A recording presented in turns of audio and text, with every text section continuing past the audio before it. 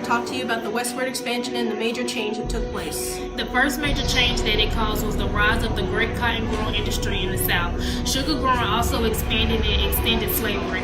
Finally, tobacco growing moved westward, taking slavery with it. Dealing with how the Native Americans were limited to very small pieces of land that the colonists left for them. Did you all know that the Civil War brought really bad changes to outposts that are sometimes used as safe houses? Wow, I never knew any of that. I only ever thought of the small scale effects like finding new areas. But before we go, please enjoy this commercial. New youthful stocky stallions colors come alive in hundreds of natural shades, from speckled silvers to mouse dun, to blood bay to bold buckskin. Get your new youthful stocky stallions from New Bedland. Maybe they're born with it, maybe they're Maybelline. Talking about the change, how it benefited America, the westward expansion acquired ever increasing amounts of land and needed people such as farmers to settle so it could maintain without a huge military presence. It also added vast resources to the United States, both in terms of potential agricultural production and things like gold, silver, and timber. Seems like it did a lot for the American country. Before we sign off, could you please explain the significance of the topic? Easy. Going through the westward expansion gave us new lands to settle on and expand this great country to its current glorious state. Looks like we are out of time today. Thanks for tuning in to Kid News with us. Have an A-OK day.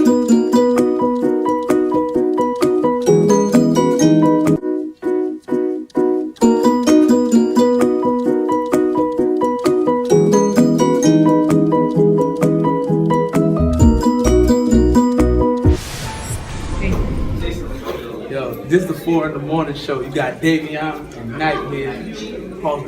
In 1804, the two met After losing to Jefferson, Byrd challenged Hamilton to a duel.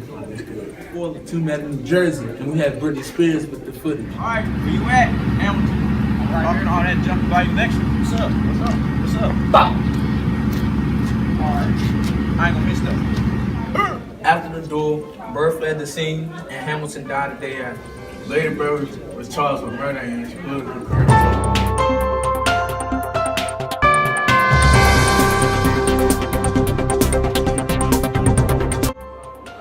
Good morning, this is American Colony News. I'm Joshua, and today we'll be talking about Jefferson presidency election of 1800. John Adams and Thomas Jefferson had an emotional and hard-fought campaign. Each side believed that victory by the other would ruin the nation. Federalists attacked Jefferson as an unchristian dice whose sympathy for French Revolution would bring similar and bloodshed chaos to the United States.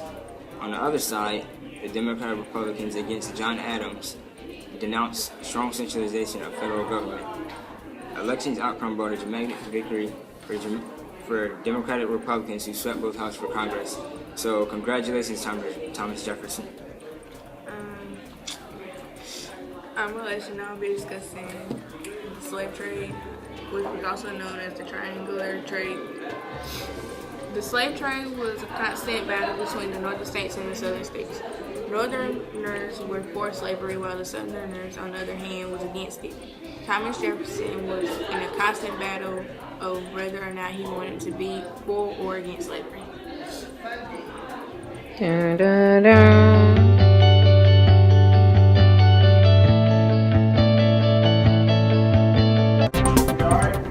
This is Ronnie Woods. This just in the election of the century.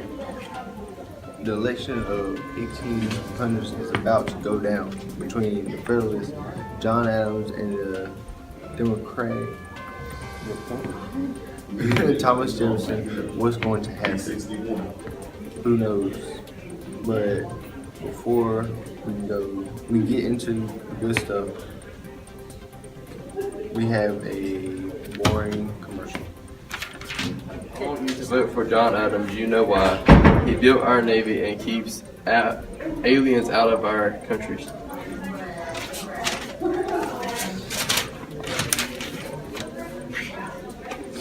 But actually, you should vote for Thomas Jefferson because I like him. And we're back. This is Megan Sessions, keeping you updated on the election of 1800. It's getting heated in the courthouse. But wait, it's a tie between Thomas Jefferson and James Hamilton.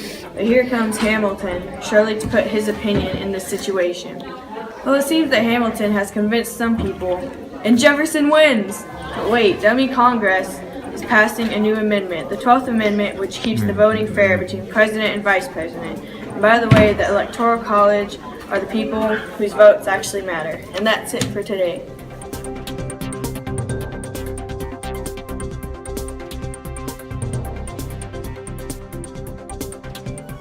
Hello, my name is Stacey Adams, and today I'm going to be giving you your American Colony News. Just in, John Adams has just awarded John Marshall, a Federalist, as the new Chief Justice of the Supreme Court. Marshall has already served 30 years in the court system. John Adams made a great decision by awarding John Marshall.